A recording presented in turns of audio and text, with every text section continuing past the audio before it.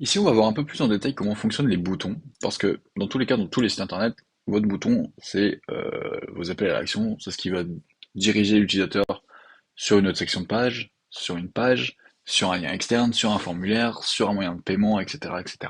Donc c'est pour ça qu'il faut bien comprendre comment fonctionne ce bloc bouton. Ok. Donc déjà, on peut mettre des ID sur un bouton. Donc ça, c'est utile pour des animations en plus sur un code en particulier ou pour d'autres applications qu'on pourrait connecter sur Webflow, de pouvoir détecter quel bouton va où. Si par exemple ce bouton-là, le Try It for Free, il n'a pas forcément d'ID et que je veux, par exemple, j'ai installé un tracking d'analytics sur mon site et je veux savoir combien de fois les gens ont cliqué sur le bouton en haut à droite de mon site internet. Si je mets par classe, donc si je mets la classe bouton, en gros ça va me comptabiliser tous les clics sur les boutons qui ont la classe bouton. Donc ce qui n'est pas super logique lorsqu'on veut avoir des éléments uniquement sur un seul bouton. C'est pour ça que les ID existent ici.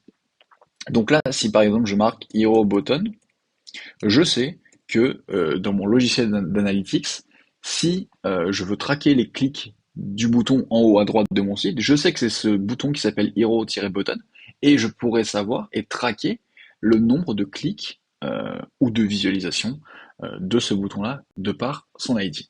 Okay. Ensuite, sachant que ce bouton est en navbar, on a des options supplémentaires de par la navbar.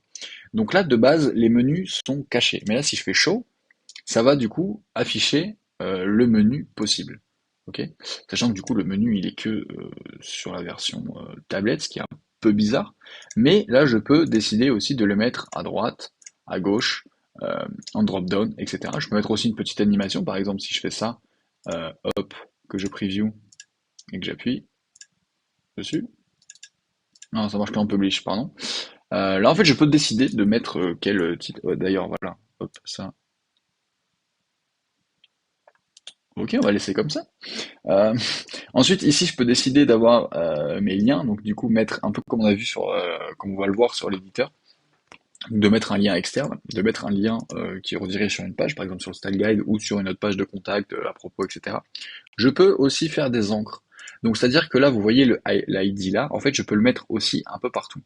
C'est-à-dire que si je reprends une section, hop, tac, on va tout fermer. Si je reprends par exemple la section CTA, là, du coup, je vais modifier, je vais rajouter un ID, donc qui va s'appeler section CTA.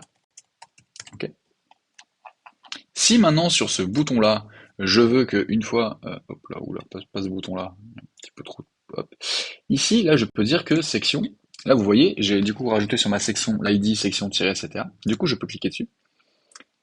Et ce qui va se passer, c'est que, hop, là, si je fais preview, là, si j'appuie dessus, ça va forcément me rediriger sur la section CTA. Pourquoi? Parce que ça s'appelle une encre et c'est grâce à cet ID que je peux créer ces encres-là. Donc ces encres, je les ai mis sur une section, mais par contre, pour aller rejoindre cette section-là, sur le bouton, du coup, je suis allé sélectionner la page section.